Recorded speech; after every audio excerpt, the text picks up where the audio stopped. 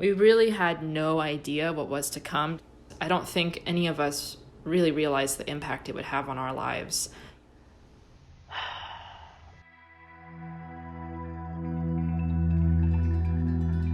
My last normal moment of 2020 was my dad's birthday. My husband and I were in Lisbon, Portugal, for the ceremonial start of the Iditarod in downtown Anchorage. I got to solo with the National Philharmonic. Going on vacation. Happy-go-lucky, carefree time, and it makes me emotional. I just miss that time. You know, we were really carefree, happy, content, free, among so many people, all enjoying the same thing. I didn't know it would be the last show. the last mass, the last movie we saw in the theater, Our last day of school. Their last anniversary. The last picture I took before he died of COVID.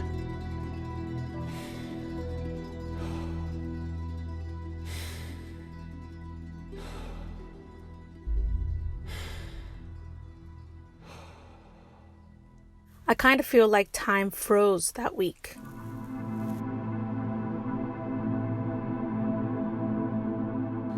I'll never forget that day in shopping. It felt very dystopian. There was some fear that drove me to buy random shelf-stable foods as though if everything collapsed, we could survive on canned fruit. As a person in our seemingly well-oiled machine of a society, to witness so many things become suddenly dysfunctional. The world fell apart a little more every day.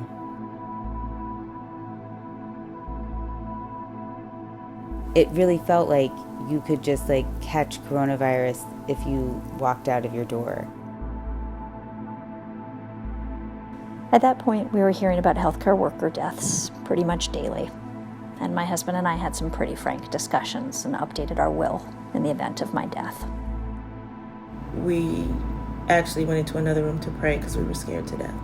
We just started crying. And I'd never seen those doctors scared because I've seen them with patients dying, having heart attacks. I've seen that. We were like, what are we getting into? That day, everyone was wearing their work shirts because a major airline was coming to the hotel to bid on staying with us, and we were all going to greet them. Almost every single person in this picture was furloughed and then terminated because business travel just stopped. There are so many people who are immigrant who came in March. That's really hard for them because everything was shut down, office, job centers. For 8 months, my brother and sister were not able to get a job, to go to school, and do anything. It was really hard time for us.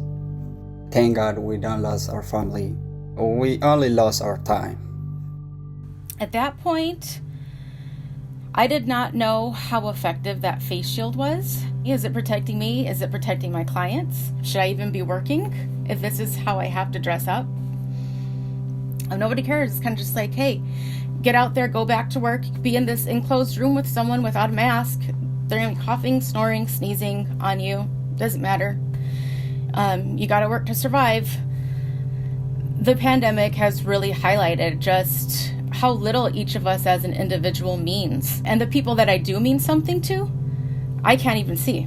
My mom, my friends, and I'm too high of a risk with the job that I do. I just felt a deep fatigue settle into my body, and I was like, oh no, I have it too. I got my results back, and it came back positive, and my stomach just dropped. There's just so much unknown about what my experience with COVID was going to be like. Was I going to need the ER? Was I going to need a ventilator? All I knew was I had this 3-month-old baby that I was so terrified of anything happening to. How I felt, I just couldn't imagine that feeling in a 3-month-old body. The pain that you feel when you're that sick. If my baby feels like this, I can't go on. I cannot go on. At the end of the day, we decided I would move into the guest room and just really restrict, my time with Josie. I couldn't kiss her. I kept a mask on the whole time, and that was just, it's gut-wrenching. Like, I'm not joking when I say it was the worst 14 days of my life.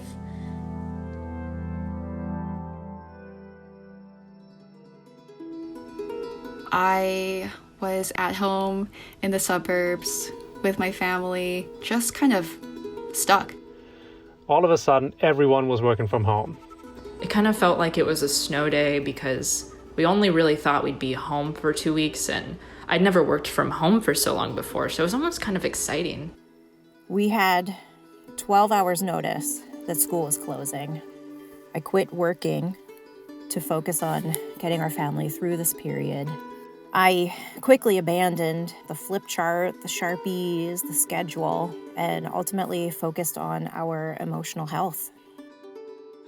Let me tell you, being a sparring partner to a 9-year-old child is not a walk in the park. My son tried cutting his hair. We were hoping that when schools are opening up, his hair should be grown out. We ended up making math videos featuring a character that we called Socrates, who is a sock puppet. It felt like we were all in this communal break from life. But then it went on, and people kept dying. We saw him through the window, and it was very, very sad.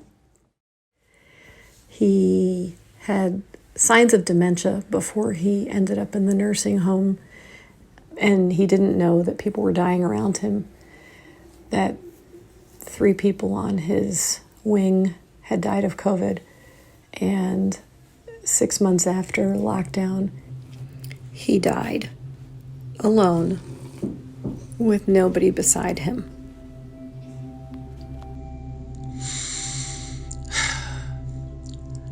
All I know is I miss him so much. My dad got sick first. Then my mom got sick the night that my dad went to the hospital. COVID-19 just robbed me.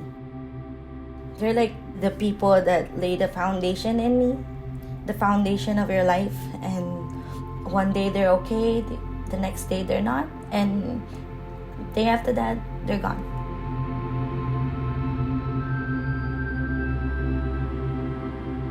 I was terrified and shaking and crying at the end of this long, long week. And as I was sitting there crying, this rainbow came out, and through my tears, I took a picture of it as a fleeting moment of joy on a day when I really, really needed it. Now, a year out from it, I'm in awe of the human spirit. I am in awe of not just our ability to be resilient, but our drive to overcome, to meet challenges that we never thought of, with answers that we never imagined. It's really incredible.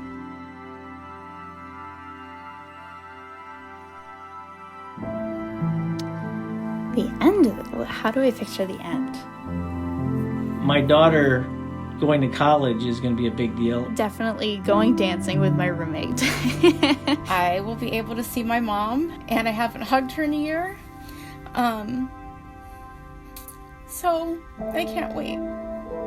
It will be normal in some ways that resemble what normal is, but it will be off in these ways that, that life-changing experiences result in.